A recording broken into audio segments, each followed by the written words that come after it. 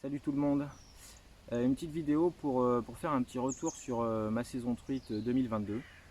Une saison qui a été assez bonne, forcément avec un gros manque d'eau en fin de saison. D'ailleurs par chez moi, les fédérations de pêche ont pris la décision de fermer les premières catégories pour la plupart, ce qui n'est pas plus mal hein, puisque les milieux ont souffert, les poissons aussi, valait mieux les laisser tranquilles. Voilà. Donc juste pour vous détailler un peu ce que j'ai utilisé comme matériel, en début de saison, alors moi je pêche une grande rivière, voilà déjà, qui est interdite au wading en début de saison. On peut entrer dans l'eau en waders bien plus tard, hein, à partir du mois de mai, fin mai même. Et donc, faut aller chercher les poissons assez loin. Voilà. Donc moi j'utilise dans un premier temps, enfin, c'est ce que j'ai beaucoup utilisé cette année, j'ai beaucoup pêché avec la Days 70M French Limited Edition, voilà, qui fait 2,13 m pour une puissance de 5,21, ce qui permet de charger un peu et d'aller chercher les poissons, notamment, moi j'ai fait des très belles pêches sur des ondulantes de 6 à 8 grammes, hein, comme des Mew par exemple de chez Forest, ou des Realise aussi. Hein. Voilà, donc ça c'est une canne qui m'a bien servi, que j'ai beaucoup aimé utiliser en début de saison. Voilà, déjà, c'est une très bonne lanceuse, couplée avec les petits ATC, hein, les petits ATC CF 2000. Voilà, toc, avec une petite tresse Major Craft en PE 08 celle-ci je crois. Donc ça a parfaitement fait le travail. Voilà. Alors ensuite, quand j'ai pu rentrer dans l'eau, j'ai utilisé principalement deux cannes. Alors celle-ci, c'est toujours une Days. Hein. Voilà. Ça c'est la Days 69 ml French Limited Edition. Alors elle est peut-être un peu raide pour la truite, mais moi je l'ai utilisée parce que sa plage de puissance m'intéressait bien. C'est une 3,15. Donc ça permettait d'être... disons qu'elle est assez polyvalente. Voilà, je pouvais aussi bien pêcher avec des petits leurres souples que charger pour aller chercher les poissons un peu plus loin avec des plus grosses ondulantes.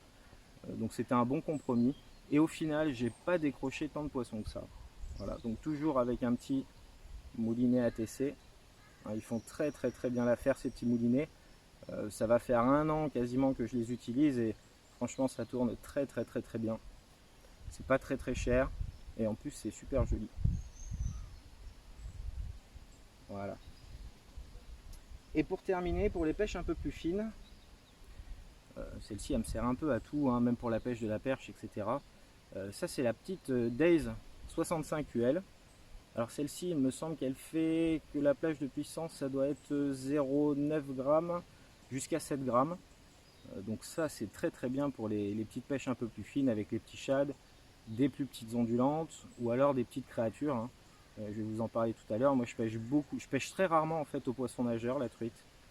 Je sais que quand on parle de truite, on parle très souvent de poisson nageur. Moi c'est pas ce que je préfère utiliser.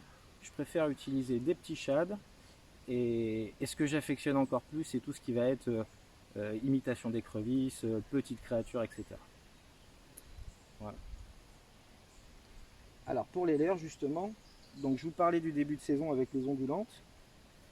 Voilà, ça c'est les Mew de chez Forest. Alors celle-ci a fait 8 grammes. Voilà, donc c'est vrai qu'en début de saison, comme je vous l'ai dit, il faut aller chercher les poissons assez loin, on ne peut pas rentrer dans l'eau. La rivière que j'ai principalement pêchée fait jusqu'à 80 mètres de large, voire même un peu plus par endroit. Des fois les poissons sont vraiment assez loin, il faut aller les chercher très loin. Et ça se lance à la perfection. Alors celle-ci est un peu plus petite, elle fait 7 grammes, par contre elle est un peu plus dense, un peu plus épaisse. Ça travaille un peu mieux quand il y a des forts courants. Voilà.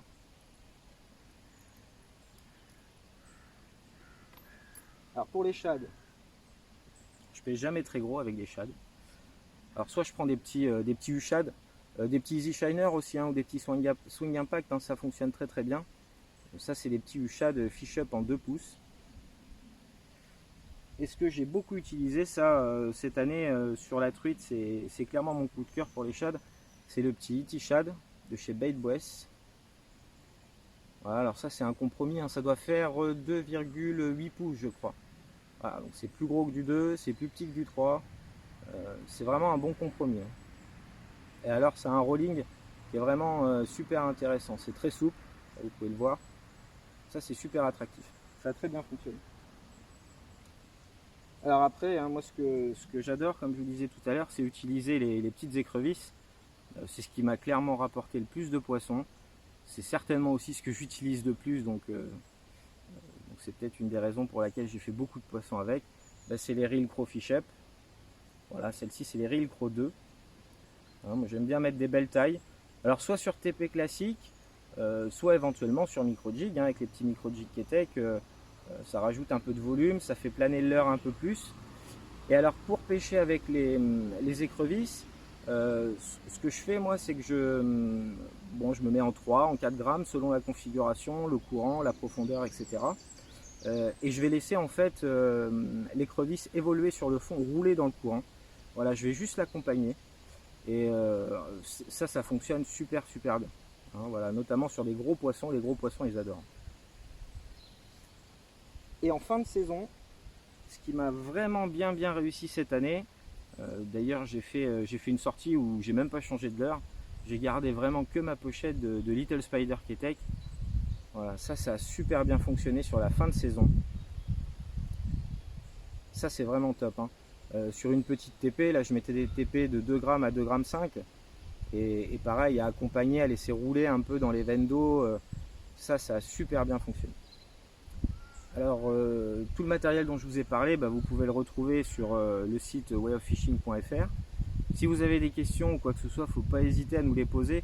On est assez actif sur les réseaux sociaux. Si vous allez sur Facebook, vous avez la page Way of Fishing Crew.